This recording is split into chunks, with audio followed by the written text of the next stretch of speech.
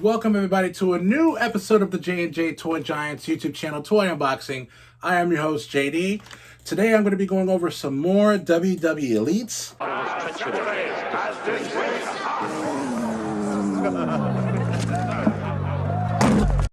We interrupt your regularly scheduled YouTube video for something much more evil. Yes, I am the great, the evil, the most revolting Skeletor. And I will be your host for this video of the J&J Toy Giants YouTube channel. Oh, for the power of Grayskull, Skeletor, you have no idea how to run a YouTube video. Why don't you go back to where you were and let the young man do his job? Pay no attention to the hater, a.k.a. He-Man. Like that? Sick burn, He-Man, sick burn. But I will allow JD to be my co-host. I'll do the easy part and he'll do the heavy lifting because I, Skeletor, am above doing the heavy lifting.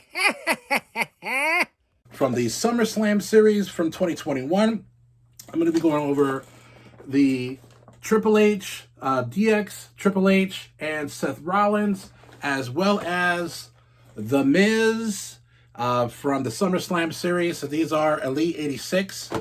They are joined by other ones like Sid Justice, which is actually counts as two figures because the Sid Justice comes in his referee gear when he was a special guest referee for SummerSlam 91 between Sergeant Slaughter, Colonel Mustafa, managed by General Adnan, and Ultimate Warrior and Hulk Hogan. But it also comes with his Sid Justice gear, so if you can take all that off, the referee gear off, you can kind of have two figures. So you might want to buy two, four if you like to have two Lucy, and two mint on card, whatever you want to do. But those are also available. And of course, Carmella and The Fiend, Bray Wyatt. I already have a Bray Wyatt, so I don't need The Fiend, Bray Wyatt. Actually, he's over there somewhere. I don't know if you can see it, but yeah, so definitely, I'm actually still looking for the chase because there's one chase for Triple H for the DX era. This is actually from SummerSlam 98. And yeah, so it's when he was in his red, kind of like a maroonish type tights, just like this, but it's in maroon. And so I'm still looking for that. I believe that's the only chase in that set. But we're gonna do like we always do. We're gonna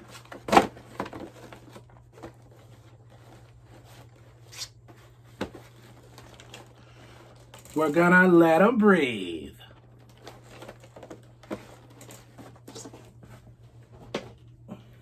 So the very first figure I'm going to be going over today in the SummerSlam series is going to be The Miz. And these figures are on Elite Series 86. And usually, I'm guessing the last couple years, they've been doing a specific SummerSlam series for the Elites. And they all depict specific guys that have participated in SummerSlam and whatever they were wearing at a particular SummerSlam event in which these particular figures are being molded to. So in this case, this is what he was wearing at one of the SummerSlams. I would have assumed this was one of the SummerSlams from last year. I'm not sure. I got to actually research that to see if that was which SummerSlam that this is particularly depicting. But one thing I got to say right off the bat that was kind of like a buzzkill on this figure is his jacket, because you can't move the arms. So he has these fingers on his, he comes with two hands, extra hands with the pointing fingers.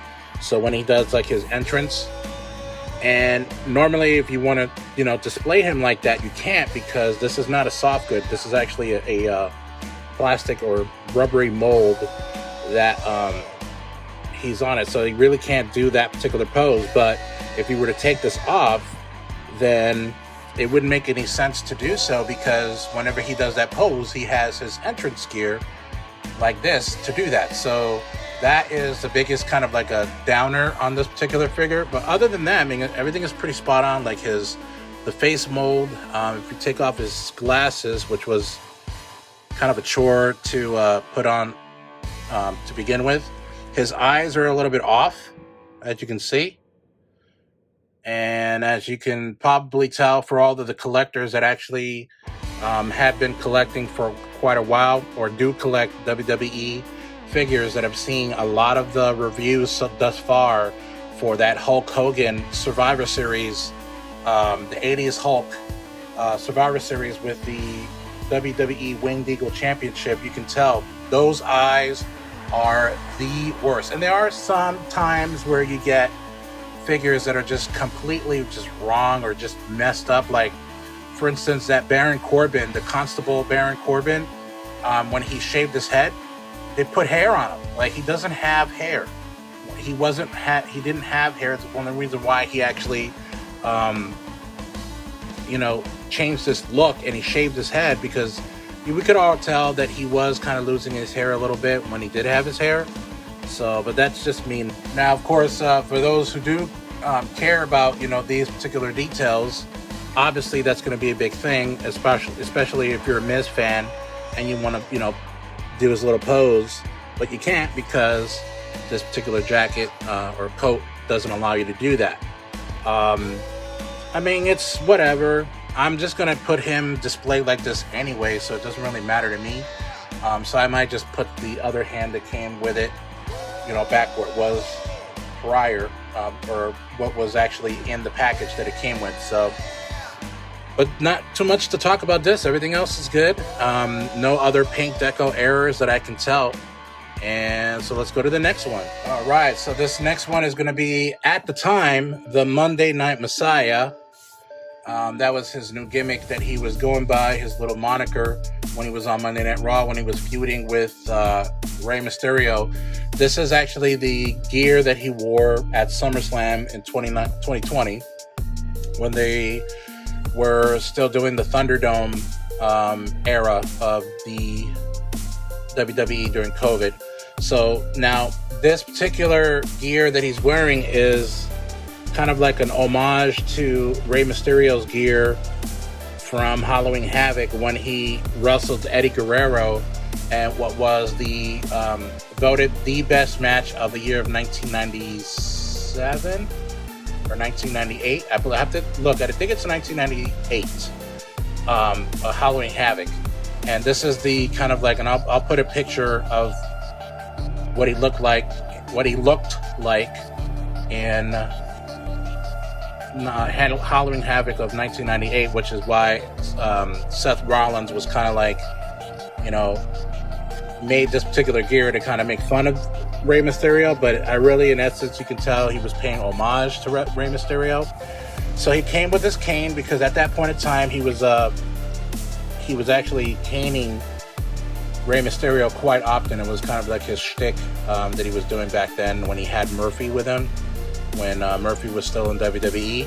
And so he had the man bun, he grew out his beard, he started wearing this glove, which everything else as far as like deco wise on this particular figure is on point. Nothing bad to say on it. The eyes are good, because that seems to be the point of emphasis on a lot of figures these days, because of what I just talked about. Obviously with The Miz, his eyes are off, and that Hulk Hogan, geez. I think that figure is going to go down in history as one of the worst figures as far as like the eyes and sculpt and the head ever in the history of action figures. If you guys want to comment on the comments, what was the worst action figure ever made, as far as like either the deco was wrong, the face was messed up, they used the wrong mold and stuff like that. Like, if you watch the Toys That Made Us on the Mego, they used to actually like use different parts from different action figures to make figures for Star Trek that didn't even go. So I would definitely check that out, because it'll go into detail as to how kind of lazy they did or went and were actually making some other figures just to put a figure out, just to say, oh yeah, we put this out. And obviously they weren't, correct and specifically on point of what the actual character looked like. But I like this figure. I'm going to replace the Seth Rollins that I already have. This is going to replace my basic that I have for Seth Rollins. And let's go to the final one of the video. One thing that was my only gripe about, like I said, is that his mold on his hair was just really hard for me to kind of line up his shirt that well. But, I mean, it's really not that big of a deal. And so hopefully I'll be able to get the whole DX. And I'm trying to get that, the only way I can get the Shawn Michaels DX, where he was wearing for WrestleMania 14, is the Ultimate, which I don't know if I'm going to be able to get that Ultimate because of the fact that it's so expensive. So, all right, but we'll be said I'm ready. Yes, the last one today is going to be Triple H, the D-Generation X of 1998 Triple H, when he was the leader of DX after Shawn Michaels had retired because of his back, and he had a lot of substance abuse problems that he had during that time, so he was kind of like stopped wrestling. So this was during the SummerSlam 98 that he did with The Rock. He did a ladder match for the Intercontinental Championship, and right off the bat, soft goods t-shirt, pretty good. It was a little hard to put on the Triple H because his hair was the mold was actually pretty hard to put the shirt on behind his hair, but I mean, I'll take it. And then I got, his DX hands so he can do the crotch chop. Now, a lot of people, specifically Matt Cardona, because I listened to the Major Wrestling Figure podcast saying that the actual color of the trunks aren't that accurate because they were a lot more lighter and, kind of a sparklier, more type of purple. I get it. Totally get it. I'm not that, OCD on the actual deco, so it doesn't really matter to me as long as the head sculpt looks good, soft sculpt looks good, and it's actually like true to what he wore. Like if it was like a black or something that wasn't the SummerSlam entrance gear or his gear that he wore when he wrestled, I can understand your gripe about that. But I mean, it is what it is. They've done about 3 iterations between like the elites, Jack's Classic Superstars, I think he mentioned one time. No, it was Bone Crunchers, and then they did the retro of him. So that's one that they've tried to redo it, and they've never gotten it right from what I was hearing from the Matt Cardona Major Wrestling Figure podcast on this figure. And he's, I'm going to take his word for it, obviously, because he knows more about collecting than I do, and he's collected figures forever, so he knows what he's talking about, and he owns all of these figures. So but for me, I don't care. I'm good. Triple H head sculpt is great. The joints are actually not as tight, and I'm going to leave the soft goods on whenever I display this particular figure, and pretty much it. I mean, this is really an awesome figure.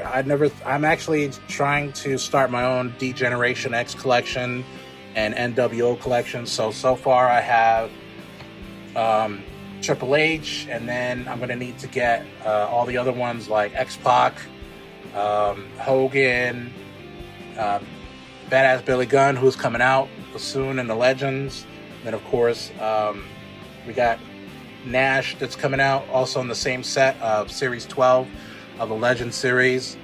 And I got to go get that Road Dogg that came out a while ago in the DX as well. So I got my work cut out for me.